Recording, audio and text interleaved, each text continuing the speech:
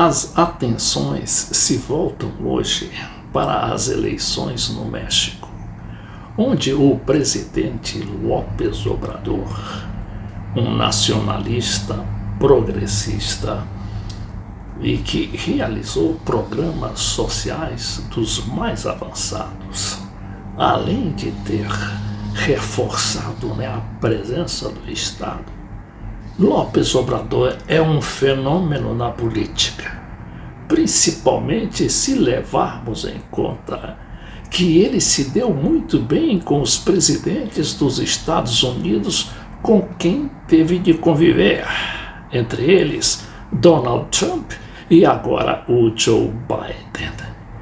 E agora, pasmem, o López Obrador tinha uma aliança estratégica com os militares.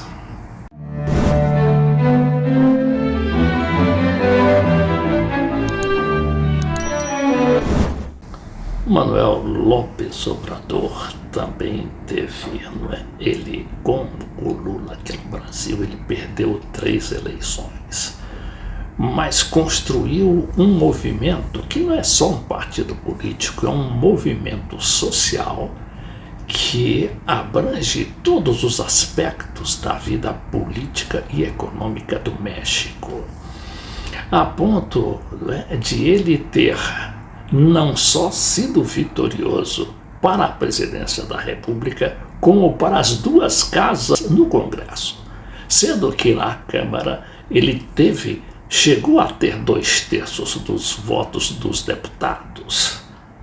Foi também, teve controle ali de 66% dos governadores, ainda que apenas 20% dos prefeitos. Como a gente sabe, a eleição municipal é muito dependente do poder econômico. López Obrador também fez um governo, que teve os seus ganhos econômicos. O crescimento do PIB foi contínuo durante todo o seu governo e teve uma diminuição da pobreza de 16%. Vejamos mais aqui. Seus programas sociais e o aumento da renda do trabalhador, que também foi em torno de 15%. Paralelamente a isso, López Obrador construiu e não permitiu que se vendesse mais refinarias, como vinham acontecendo nos governos anteriores, todos neoliberais. Fez grandes aeroportos, abriu o país para as ferrovias, fazendo aquele trem Maia, que vai em muito desenvolver o turismo no México. E voltou toda a sua política também para reforçar a Pemex, que é a Petrobras dele, que estava praticamente no chão e pronta para ser o que mesmo? Privatizada. Agora sai a Pemex, com outras 2 ou 3 refinarias, inclusive 2 construídas por ele. Aqui tem um ponto importante também, que é o apoio que ele conseguiu dos militares para essas obras. Aí você se pergunta, o López Obrador é um militarista? Muito pelo contrário, ele é um pacificador, é um homem que defende a paz, principalmente na América Latina.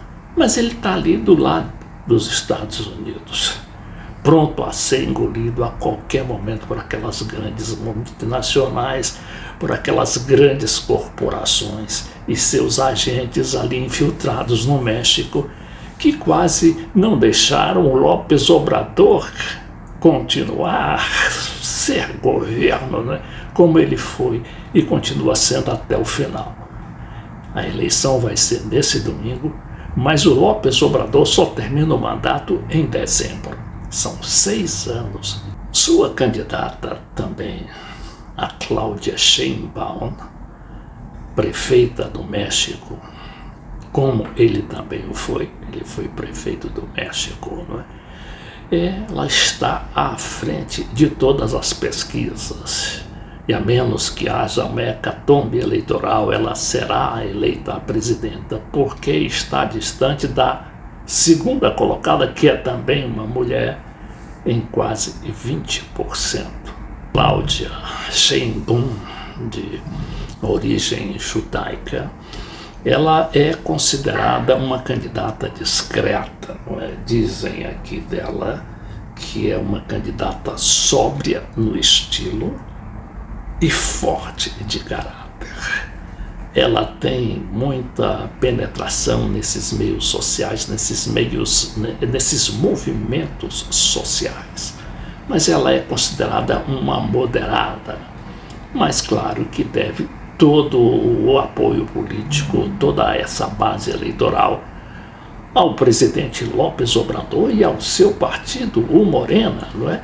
Que é aquele movimento de renovação nacional que vem ganhando as eleições desde a última eleição presidencial há 6 anos. Aqui eu leio nesse jornal CGN do Luiz Nassif, né? Um artigo escrito por Carlos Taux, dizendo: eleições mexicanas entre o continuismo e o controle militar. Aqui o autor faz uma comparação aqui, não é, com a situação que deixa o López Obrador. Ele fala aqui em controle militar, porque o López Obrador reforçou aquele controle militar. E nem com isso ele chegou a abater, né, a criminalidade que continua solta no México.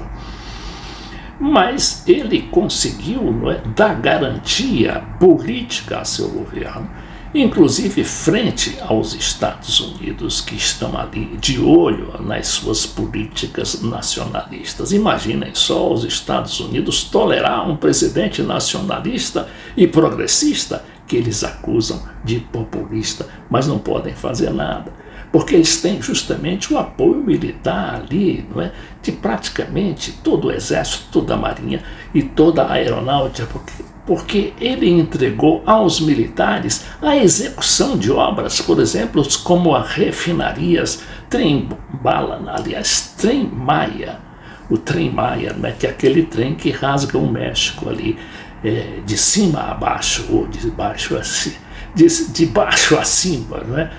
E que vai fortalecer bastante o turismo do México. Então vamos ver aqui o que diz lá pelas tantas esse artigo, não é, desse jornalista.